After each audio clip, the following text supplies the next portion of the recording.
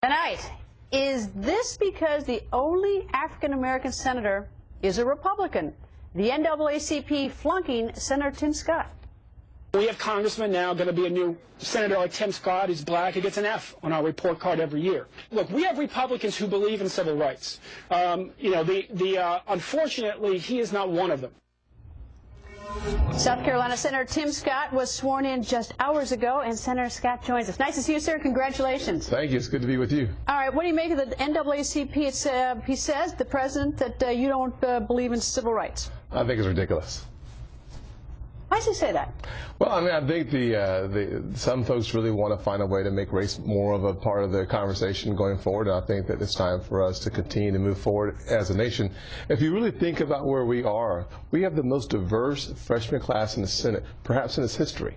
America has made amazing steps forward, and we will continue to make steps forward as we focus on those issues that bring us together.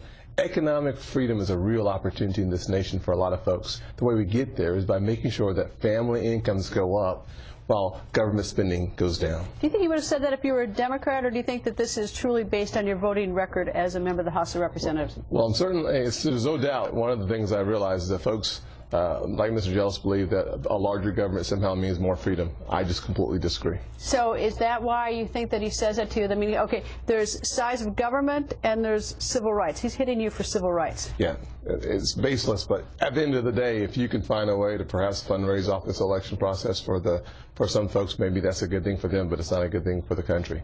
Well, they have a report card in terms of, whether or not whether you agree with their legislative report card, and in attacking you over civil rights.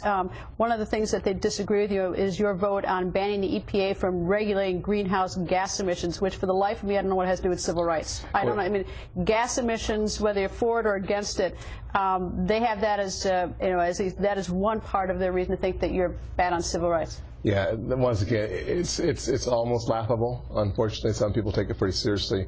The way I look at it, honestly, is that we have some serious issues and some serious opportunities, and I want to focus on those serious opportunities to move people forward. I think about the fact that here I am sitting here having this conversation with you, a kid growing up in a single-parent household, a mom who believed in a future that I could not see, a mentor that came along and taught me very simple business principles, and it works. It works.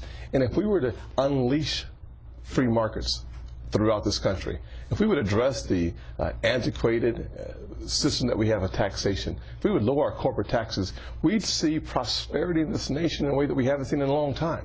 We have an opportunity to inspire Americans, and yet we're going to have a conversation about the lowest common denominator of fear. How do we get away from that? I mean, obviously, when I heard that, I thought it was just sort of code. You're a Republican, You're African American, so the NAACP, what better way to get at you than slap you around on something so personal to an African American civil rights, as it should be to every American. Of course. Well, the way that we get beyond it is to recognize that we have an opportunity to inspire young. I think about kids who are coming up in the same situation that I came up in. We can talk to those kids about the fact that this country, the American dream, is alive. It's well. And in the worst economy, I look back at the unemployment rate when I graduated from high school, it was over 8.3%. Very similar situation as it is today. And yet, coming out of school, I had so much optimism about the future because I believed what my mentor and my mother were telling me. And it's still true today that the future of this nation is dependent on someone coming up with one really good idea, and that's part of the free market system that we have. If the small government concept grows, we have fewer dollars leaving our pockets, we have more folks motivated to make a profit. As a small business owner for the last 14.5 years, I hire people based on my profits. It's a great system.